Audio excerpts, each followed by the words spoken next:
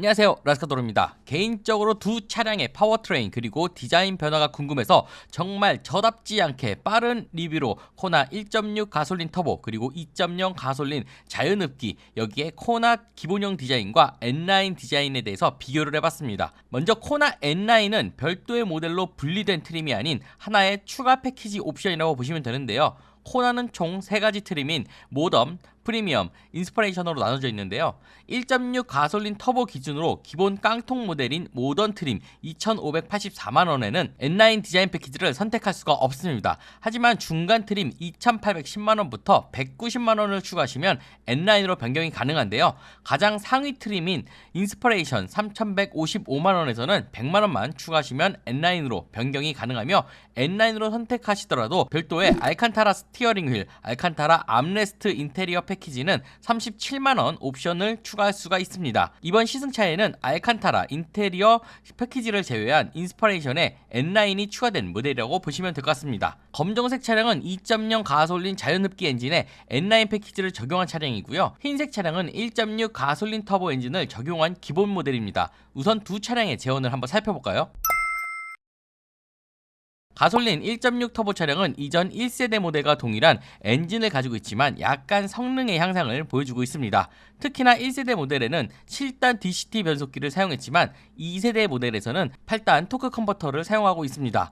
1.6 가솔린 터보 모델에는 전륜구동과 사륜구동을 모두 선택 가능하며 출력은 198마력으로 충분한 출력을 보여주고 있습니다. 1세대 고성능 코나 N 모델이 280마력에 비해서는 낮지만 일상 주행에는 절대 부족함이 없습니다.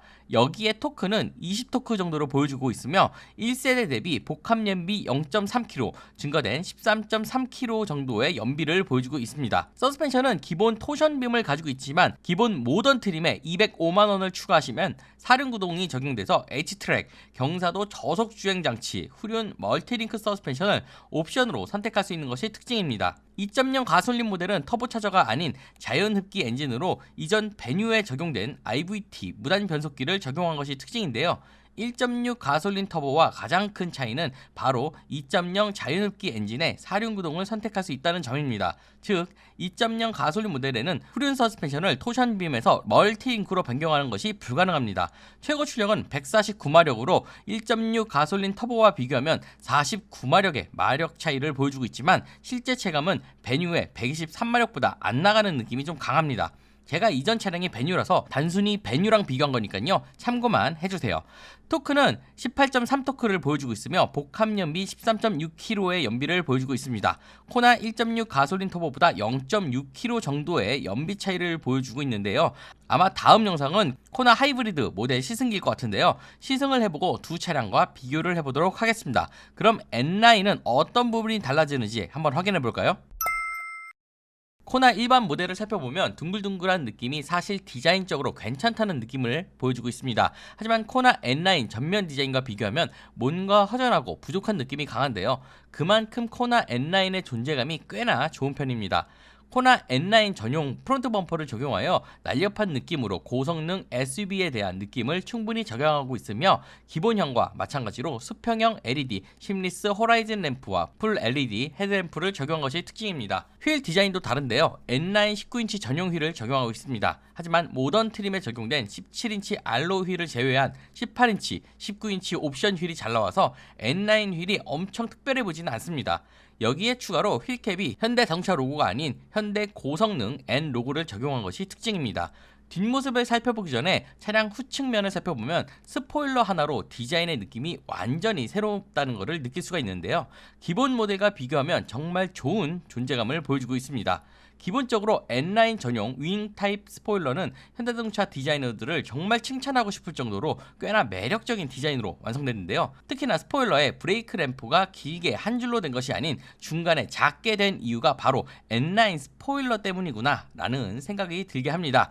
여기에 N9 전용 디퓨저와 싱글 트윈팁 머플러가 적용되어 있는데요. 전체적으로 꽤 만족스러운 디자인을 보여주고 있습니다. 아마 2세대 고성능 코나 N 모델이 나온다면 듀얼 트윈팁 머플러를 사용하여 고성능 이미지를 더해 N9과 차별성을 보여주지 않을까 싶습니다. 그럼 이번에는 실내를 한번 살펴볼까요?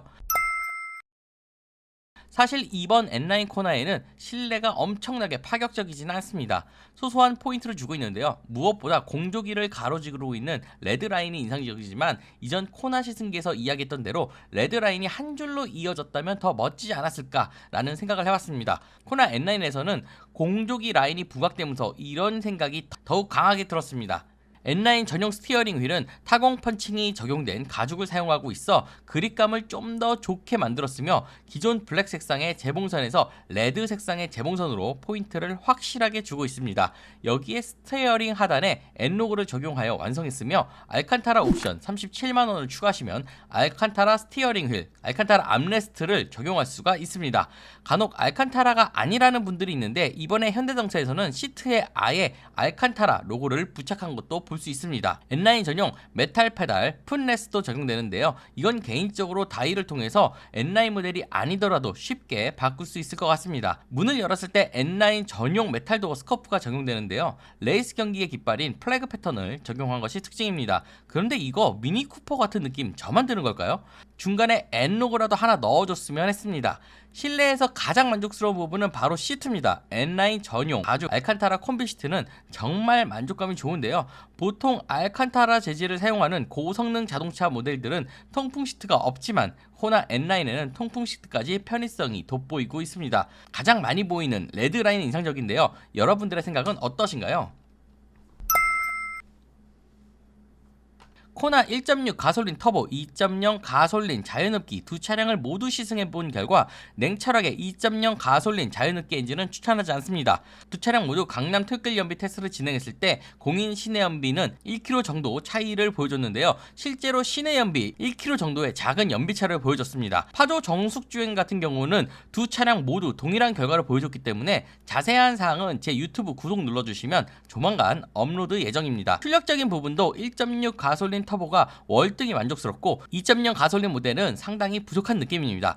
여기에 자동차세도 1909cc 1년 자동차 세금 52만원, 1598cc 1년 자동차 세금 29만원으로 연간 23만원의 차이를 보여주고 있기 때문에 연비 때문에 2.0 모델을 구입한다? 사실 그럴 필요성을 느낄 수 없는 다소 아쉬운 모델이었습니다. 여기 사륜구동에 후륜 멀티링크 서스펜 옵션도 선택할 수 없기 때문에 만약에 코나를 구입하신다면 1.6 가솔린 터보 차량을 추천해 드려봅니다. 오늘 코나 1.6 가솔린 터보 그리고 2.0 가솔린 자연흡기의 N9까지 차이를 이야기했는데요. 어떻게 도움 되셨을까요? 아직 코나 하이브리드 모델의 강남 통길 연비 테스트 그리고 정속 주행 테스트까지 다양한 코나 이야기가 남아있으니까요. 구독과 알림 설정 해주시면 조만간 업로드 되는 대로 소식을 받아보실 수가 있습니다. 이상 라스카도였습니다. 감사합니다.